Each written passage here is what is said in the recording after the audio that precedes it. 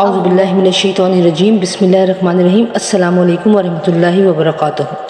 ناظرین، حضرت محمد مصطفیٰ صلی اللہ علیہ وآلہ وسلم کے زمانے میں قرآن کریم کے جتنے نسخے لکھے گئے تھے ان کی کیفیت یہ تھی کہ یا تو وہ متفرق اشیاء پر لکھے ہوئے تھے، کوئی آیت چمڑے پر، کوئی درخت کے پتے پر، کوئی ہڈی پر، یا وہ مکمل نسخے نہیں تھے۔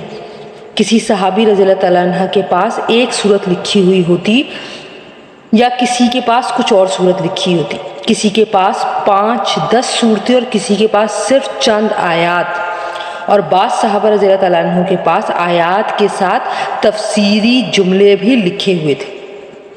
اس بنا پر حضرت ابو بکر صدیق رضی اللہ تعالیٰ عنہ نے اپنے عہد خلافت میں یہ ضروری سمجھا کہ قرآن کریم کے ان منتشر حصوں کو یکجا کر کے محفوظ کر دیا جائے۔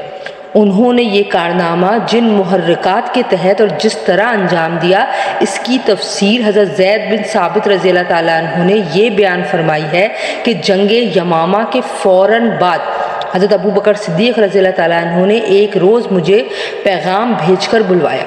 میں ان کے پاس پہنچا تو وہاں حضرت عمر فاروق رضی اللہ تعالیٰ عنہ بھی موجود تھے۔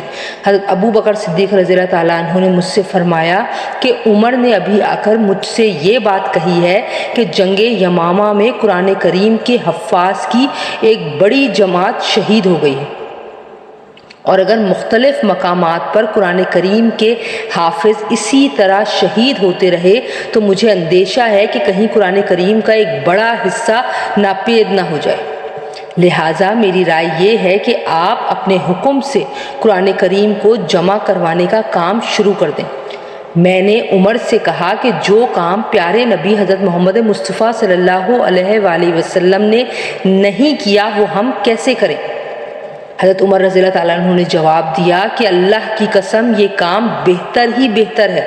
اس کے بعد عمر رضی اللہ تعالیٰ عنہ مجھ سے بار بار یہی کہتے رہے، یہاں تک کہ مجھے بھی اس پر شرائع صدر ہو گیا، اور اب میری رائے بھی وہی ہے جو عمر کی رائے ہے۔ اس کے بعد حضرت ابو بکر صدیق رضی اللہ تعالیٰ عنہ نے فرمایا کہ تم نوجوان اور سمجھدار آدمی ہو، ہمیں تمہارے بارے میں کوئی بدگمانی نہیں ہے۔ تم رسول خدا صلی اللہ علیہ وآلہ وسلم کے سامنے کتابت وحی کا کام بھی کرتے رہے ہو، لہٰذا تم قرآن کریم کی آیتوں کو تلاش کر کے انہیں جمع کرو۔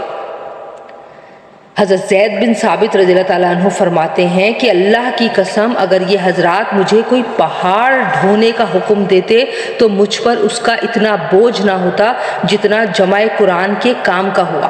میں نے ان سے کہا کہ آپ وہ کام کیسے کر رہے ہیں جو رسول خدا صلی اللہ علیہ وآلہ وسلم نے نہیں کیا؟ حضرت ابو بکر صدیق رضی اللہ تعالیٰ عنہ نے فرمایا کہ اللہ کی قسم یہ کام بہتر ہی بہتر ہے۔ اس کے بعد حضرت ابو بکر صدیق رضی اللہ تعالیٰ عنہ مجھ سے بار بار یہی کہتے رہے، یہاں تک کہ اللہ تعالیٰ نے میرا سینہ اسی رائے کے لیے کھول دیا جو حضرت ابو بکر رضی اللہ تعالیٰ عنہ اور حضرت عمر فاروق رضی اللہ تعالیٰ عنہ کی رائے تھی۔ چنانچہ میں نے قرآنی آیات کو تلاش کرنا شروع کیا اور کھجور کی شاخوں، پتھر کی تختیوں اور لوگوں کے سینوں سے قرآن کریم کو جمع کیا۔